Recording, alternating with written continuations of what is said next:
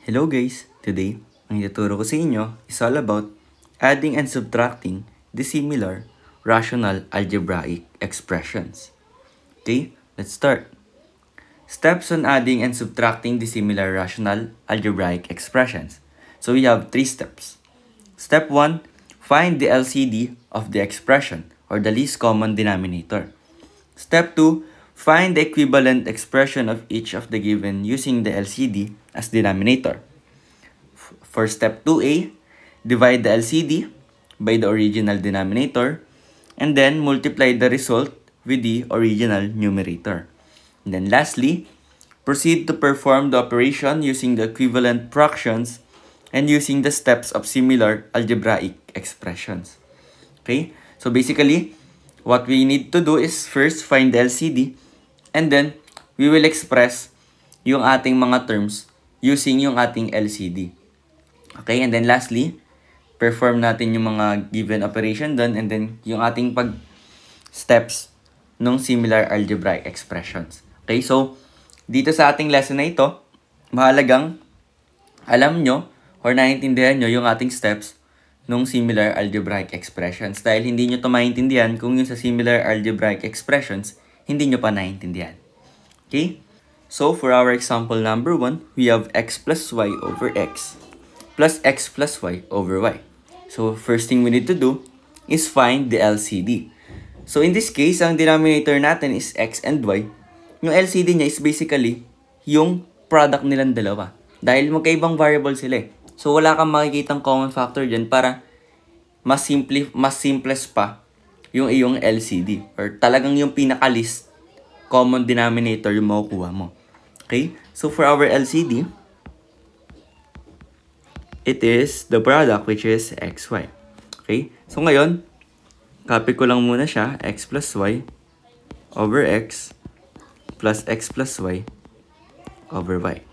So, ngayon, to express this, ginagawa ko dyan, sinasulat ko siya as one expression agad.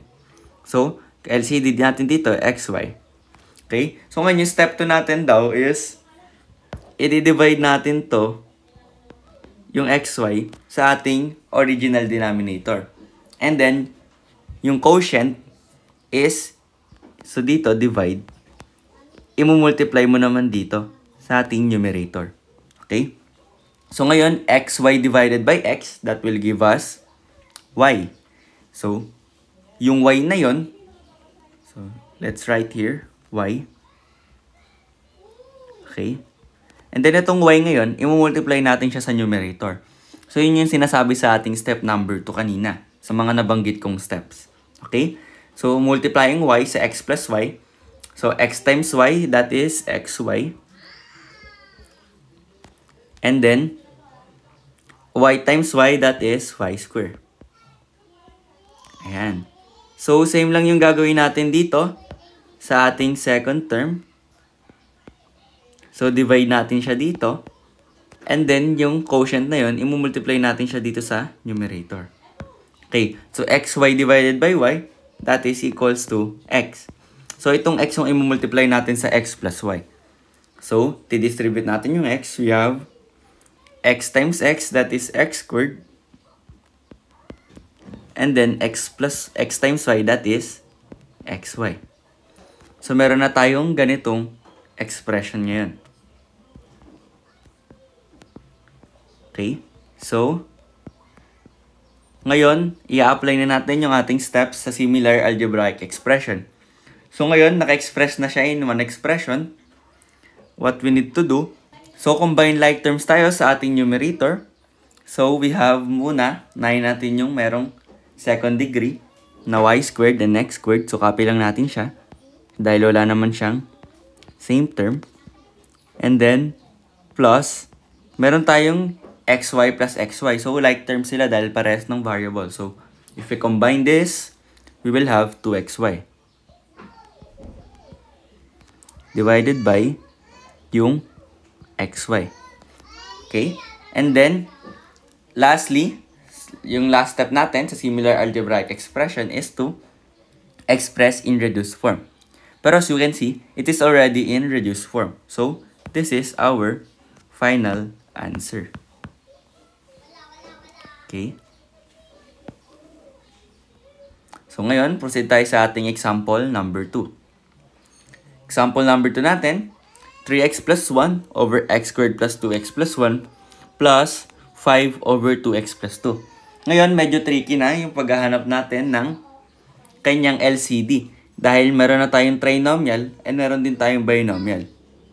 So, ang trick ko dito, or ang technique na pwede kong may advise sa inyo para mas mapadali yung paghahanap nyo ng LCD is get the denominator and then i-factor out mo sila completely. Okay? Or like, i-express mo sila in, kunwari, factor form. Ganon. Yung product ng dalawang binomial, yung parang ganon. Or meron kang ifa-factor out na certain variable or certain coefficient or certain constant. And then ipagko-compare mo yung mga naka-factored form na expression mo. Okay? Kasi pag ganon, mas makikita mo ano yung pinakakailangan mo. So ngayon, unahin natin tong x squared plus 2x plus 1.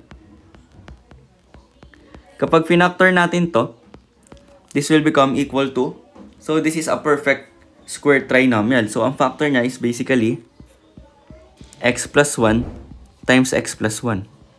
Okay? Ngayon, itong 2x plus 2 naman, ang pwede mong i-factor dyan is yung 2. So, factor out mo yung 2. Magkakaroon ka na lang ng x plus 1. Ayan. So, ngayon, mas kita nyo na ano yung least common denominator na pwede natin gamitin. Okay. So, unang-una, kailangan, syempre, may 2 tayo. Dahil meron 2 na constant, etong 2x plus 2. So, for our LCD, kailangan may 2 na agad. Ngayon, ano pa yung kasama ng 2 na kailangan natin? So, since parehas naman may x plus 1, parehas na may x plus 1, so, lalagay na natin dito, x plus 1.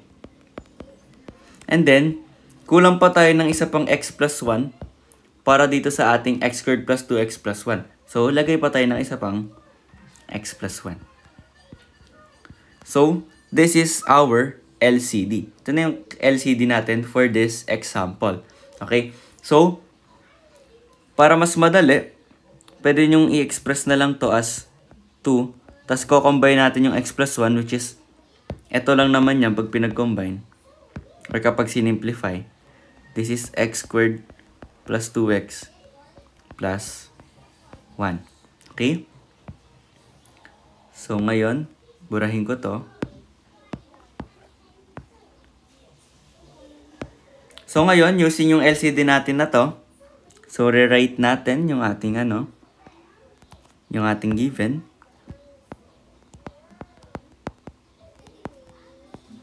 X squared plus 2x plus 1 plus 5 over 2x plus 2. So, we use yung ating LCD na 2 times x squared plus 2x plus 1. Okay?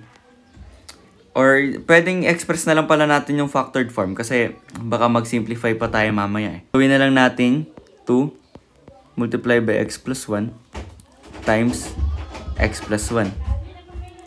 Okay? So, ngayon, we use yung sa ating second step na, which is, we divide this LCD dito sa ating original denominator, and then yung lalabas, i-multiply natin dito sa ating numerator. So, eto naman is just eto. So, pag dinivide natin siya, ito lang yung matitira. Okay? So, ngayon, yung 2, i-multiply natin sa 3x plus 1. So, we have 2 times 3x plus 1. And then ngayon, plus, proceed tayo sa ating second term, yung 5 over 2x plus 2. So, ito, i-divide mo siya dito. So, ito, nakita naman natin na ang 2x plus 2 is the same as itong 2 times x plus 1 natin. So, x plus 1 na lang yung matitira. So, magkakaroon tayo dito ng x plus 1 times yung 5 sa ating numerator. Okay? So, ngayon, isi-simplify natin yung ating numerator. Dahil meron na tayong similar algebraic expression. Same na yung kanilang denominator. Dahil kinuha na natin yung LCD. So, what we need to do is first we simplify the numerator and then we add the like terms. So, ngayon, ito muna. I-distribute natin itong 2. So, 2 times 3x, that is 6x. Plus, 2 times 1 is 2. Then plus, ito naman, x plus 1 times 5. So, distribute naman uli natin dito yung 5. So, we have 5x, kasi 5 times x is 5x, plus 1 times 5 is 5. Over, copy lang natin yung ating denominator.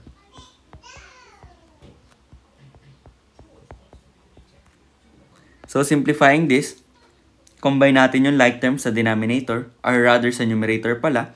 So, we have 6x plus 5x, that is 11x. Plus, yung 2 plus 5, yung constant, which is 7. Over, so since yung numerator natin, no, is, wala na dyang pwedeng ma-factor out dahil simplest form na siya. Gagawin natin, isi-simplify na natin yung denominator. Okay? So, ko-combine na natin siya. So, kung ito yung denominator, ito yung LCD natin kanina, kapag pinag-multiply mo x plus 1 tsaka x plus 1, edi-distribute na lang natin ngayon yung 2 para simplified form na siya. Okay? So, distributing yung 2 dyan, kakaroon tayo ng 2x squared plus 4x plus 2.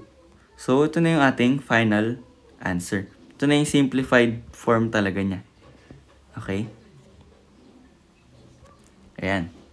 So, for our example number 3, we have x plus 1 over x plus 2 minus x plus 1 over x plus 3. So, ngayon, we find the LCD. So, yung denominator naman natin is naka-simplified form na siya. So, no need to find yung simplified form niya kasi doble-doble lang. So, for the LCD, it is just yung product nila. Okay? Dahil naka-simplified form naman eh. So, kailangan ma-incorporate parehas yung x plus 2 and x plus 3 sa LCD. So, multiply mo lang sila. For our LCD, we have x plus 2 multiply by x plus 3. Okay? So, ngayon, re-write natin to. Minus x plus 1 over x plus 3. So, ang ating LCD is x plus 2 times x plus 3.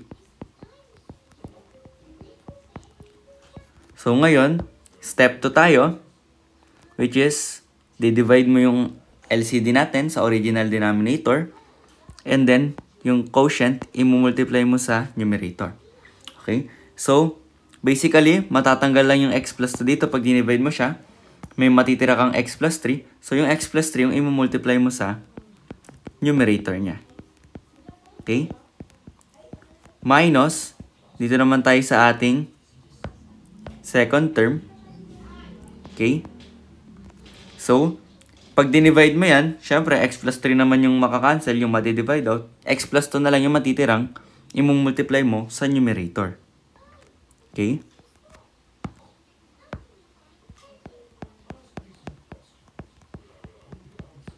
So, ayan. So, ngayon, ang gagawin natin is, isi-simplify natin yung numerator niya. Okay? Doon na tayo sa steps ng similar algebraic expression. So, ngayon, pag minultiply natin yung numerator niya, pag sinimplify natin to, unahin natin itong terms na to, x plus 3 times x plus 1. So, using FOIL method, we have x squared plus outer x plus inner na 3x plus last term na 3 times 1, that is 3. Over, ay mamaya na pala. Meron pa tayo ito, minus. So, yung minus, nakalabas lang muna siya dahil kailangan madidistribute siya sa lahat ng term.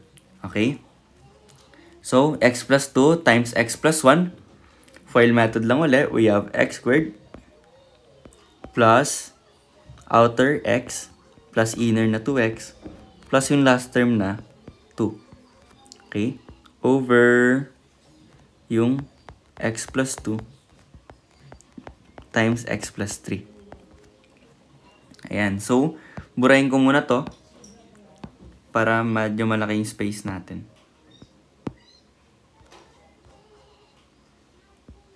So, angat natin to dito. So, ngayon, simplify natin yung ating numerator. Okay? So, we have here. So, simplify natin yung numerator. So, we have here x squared. And then, plus 3x plus x, that is 4x. Plus 3.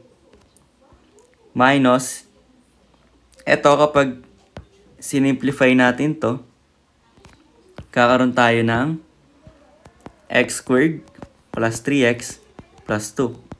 Ngayon, i-distribute natin tong negative sign sa lahat ng term. So, magkakaroon tayo ng negative x squared minus 3x minus 2 all over x plus 2 times x plus 3. Okay, ngayon, combine tayo ng like terms. Okay? So, x squared minus x squared. So, 0 na to. Cancel na siya. And then, we have 4x minus 3x. We have here x. Then, we have 3 minus 2, yung constant. So, that is 1. Over, yung denominator natin, sisimplify na rin natin siya using yung FOIL method para naka-simplest form na yung sagot natin. Okay? So, that is x plus 2 times x plus 3 is equals to x squared plus 5x plus 6. So, this is our final answer. Yan. So, ngayon, for our example number 4, kindly comment down your answer sa ating chat box and let's see kung naiintindihan nyo na yung ating lesson for today. If medyo nalilito pa, you can go back sa earlier part ng video na ito and also yung ating video about similar algebraic expression. Dahil mahalagang kabisado nyo yung steps natin doon and paano natin siya sinisimplify. Okay? So if you have any questions, comment nyo na lang din sa ating chat box and sasagutin natin siya sa mga susunod na video. Okay? And that's it for our video for today. I hope may natutunan kayo and maraming salamat sa panonood.